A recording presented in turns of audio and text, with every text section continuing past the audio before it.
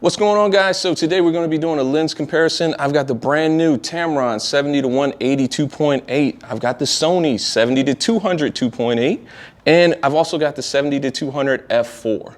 We're going to shoot all three lenses wide open. We're also going to shoot them at a little bit higher f-stop in order to see which one performs the best. And we're going to settle it once and for all. Now we just got to get everything set up in here, get the model in here. Here we go. Hocus ma-pocus, hocus ma-pocus, hocus ma-pocus. Yeah, it worked. Shout out to Oren for letting me know how to do it. Hey, check out the B-roll. We're about to start shooting. Real quick, I'd like to thank Lensrentals for sending me this lens checkout. They're a phenomenal company to work with. I've been using them for almost a decade now. They ship the products directly to your door. You get a little pouch to put it in so that way it doesn't get scratched up. They even give you tape to put on the box when you get ready to send it back. Everything is shipped in a hard Pelican case, so that way you don't have to worry about your shipment being banged around on the way to your house. They're easily one of the largest online rental companies around. And if you need some gear for your next shoot, I've got an affiliate link below with a promo code that will get you 15% off your next rental. So first up, let's talk about the Sony 70-200 f4. To me, this is the biggest competitor to the Tamron, mainly because of price. On the used market right now, these are going between $700 to $900. If you're looking at the Tamron to save money, you could save even more money with this lens. Let's talk about some of the pros. This is a lightweight lens, it has stabilization, it's accurate. Its only real downside is that it's an f4 lens. At f8, it's really sharp. At f4, as you'll see later on, it's good. This f4 lens is my own personal lens. I've used it at weddings and corporate events. I've been happy with the results. None of my clients have complained about image quality. At f4, the image quality is good, and there's not a whole lot to complain about until you compare it to image quality from the other two lenses at f4. So who should buy this lens? I would say if you already have a lens like the 85mm 1.8 or a 135, this lens would be a perfect complement for it. And if you go the used route and get lucky, you could get this lens and the 85 1.8 for the same price as the Tamron 70-180. Overall, it's a good lens. I just wouldn't have it as my only lens that was above 70mm. So up next, we have the 70-200 2.8 from Sony. Used, it's in about the $1,800 to $2,100 range. Brand new, you're looking at $2,500, $2,600. You'd have to be a crazy person to buy this lens new, especially since Sony only has a 1-year warranty on it. The main thing I noticed about this lens right away after putting it on the camera was the focusing speed. This lens locked on to the model and that little green box around her eye stayed glued there. The f4 version wasn't bad at focusing, but the 2.8 version was just way better. At f8, obviously this lens was sharp. At f4, it was sharper than the f4 version. No big surprise there. At 2.8, it was really good as well. Overall, this is a really good lens, and I can understand why they started off with such a high price. It's just a little hard to justify it at this point in time with the other options that's available. So should you buy this lens? I would say yes if you're a wildlife shooter or if you're shooting sports, particularly indoors, something like men's basketball or girls volleyball or something that's inside of a gym that's not well lit.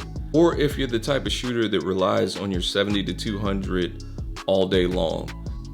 If this is a focal length that you use the most and focusing accuracy and speed is critical to your type of work, then this is the lens for you. But for everyone else, it's really hard to justify the price.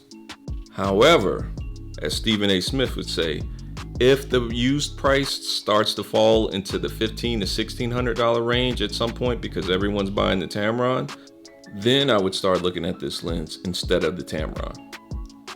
Now let's talk about the reason you clicked on this video, the 70-180 2.8 from Tamron. Honestly, going into it, I didn't think I would like this lens as much as I did. Part of the reason was I didn't like the fact that it was a 70-180 when they could have done like a 80-200 or even a 100-250 or something like that, because the whole point of having something in this focal length is to have extra reach, and I wanted as much reach as I could. However, After I shot with it, I realized there's not that much difference between 180 millimeters and 200 millimeters. It's a couple of steps. So if you're concerned about losing the 20 millimeters on the long end, don't really worry about it as much. Now let's talk about build quality, because in a lot of other reviews, people say, oh, the Sony 2.8 is built like a tank and the Tamron feels like a toy.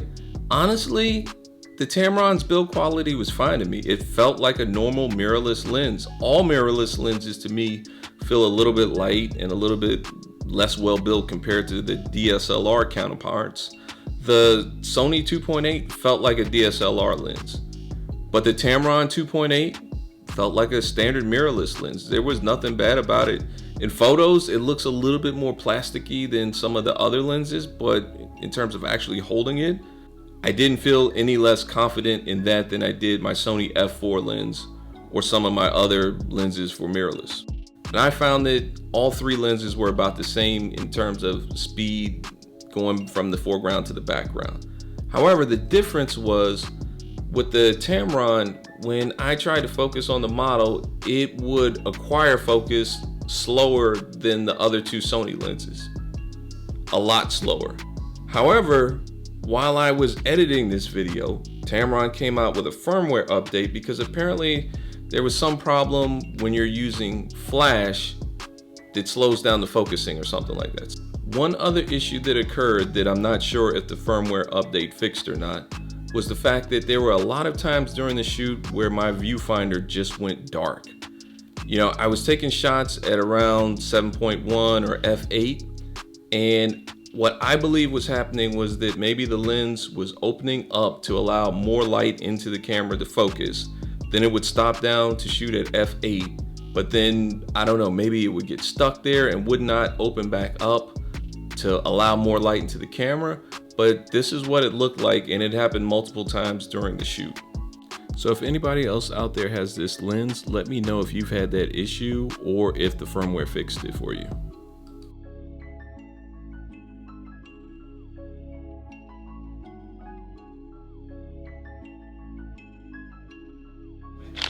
Give me one with just like a little bit of attitude for anybody out there that don't like melanin.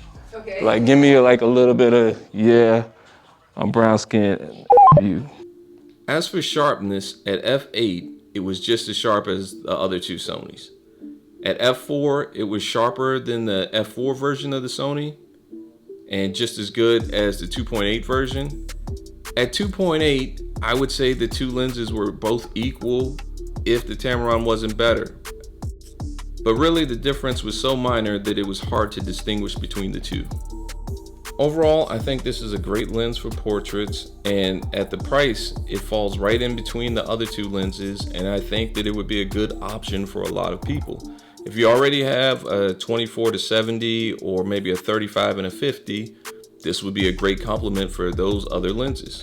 Originally, we had planned to do some of these looks outside so that way we could compare what the bokeh looked like between the three lenses. Unfortunately, the weekend I had this lens, Florida had other ideas in terms of what the weather was going to do. So I couldn't really go outside and get any nice bokeh shots. So in summary, I'll say this. If money is a concern to you, go ahead and get the 70-200 f4. You'll be happy with it. Just maybe make sure that you have enough in the budget to get a 85 1.8 or something with a fast aperture to be able to shoot in low light. Get the Sony 70-200 2.8 if money is no object and you're going to be shooting things that are moving very fast and coming into focus and out of focus really quickly. Wildlife, sports, things of that nature, you'll be totally happy with that lens. For everyone else, the Tamron 70-180 would be perfect. It's not that expensive, it's sharp, has a much longer warranty than either of the Sonys. Considering the price to performance ratio, a lot of people will be really happy with this lens.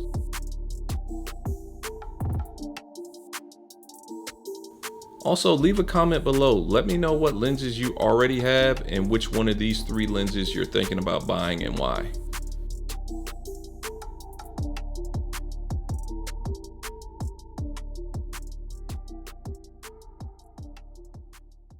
I'm here with Melisza. Tell me a few things about you, what you got going on, your IG, what you do for a living, so on and so forth. Okay. Well, let's start with my IG. My IG is at Melisza McPherce. For a living, I do commercial print and parts modeling. I'm originally from Fort Lauderdale, Florida, but now I reside in Brooklyn, New York. Okay, and background-wise, tell us about your family. Where are they from? Like, what country are you guys representing? Jamaica! Bop, bop. Wagwan, Jamaica. That's about all I got. That's about all I got. All right, random model question times. Here we go. What is your favorite app other than Instagram? My favorite app other than Instagram has to be TikTok. I don't even make them as much, but it's just so addicting. Like once I'm on there, I have to be like, okay, I'm done. Let me put my phone away now. So you're on. Are you doing the Savage Challenge? Are you you do that move and all that? Or? I try. Like honestly, I danced all my childhood, but the TikTok dances are difficult. Like they are no joke. What are the last 3 emojis you used on your phone? That would be heart eyes, silly face, and the birthday one with the little blower. I just randomly use that even if it's no one's birthday. Okay, nothing wrong with that. What is the best thing about living in South Florida? What's the best thing about living in South Florida? The beaches. Worst thing about South Florida? Lizards, iguanas, any reptiles. I'm terribly afraid of them, so yes. Yeah. Desert island, what would you take with you? Desert island, water. Or sorry, desert island or deserted island? Deserted island. I was like, a desert island? That sounds dry, so probably water. I know. I should have read these before ahead of time, but yeah. Sorry. Deserted island, definitely. So water. You need water. You don't need food. You don't need anything else, but you need water. And in order to contact someone, I need to survive. So water. Good answer. Good answer. What's your favorite TV show? Oh, this is so hard. Okay, I have to say You on Netflix. I love that show. Best murder mystery show ever. All right, I will watch that this weekend. Let's see. Advice you would give yourself if you could go back in time? This is hard.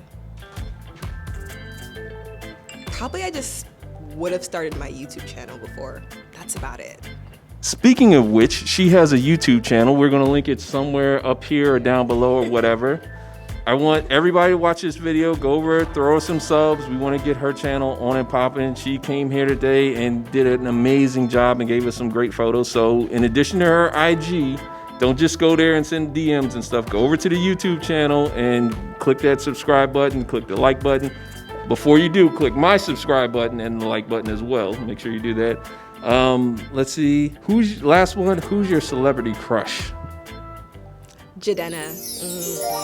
Yeah. He was a classic man, but now he went to Africa, came back, and he's a African man. Man, you smile more there than any time during the shoot. Man, that's a legit celebrity crush. All right, guys, thanks again. That's it for today. I want to send a special shout out to the makeup artist and the stylist for this shoot.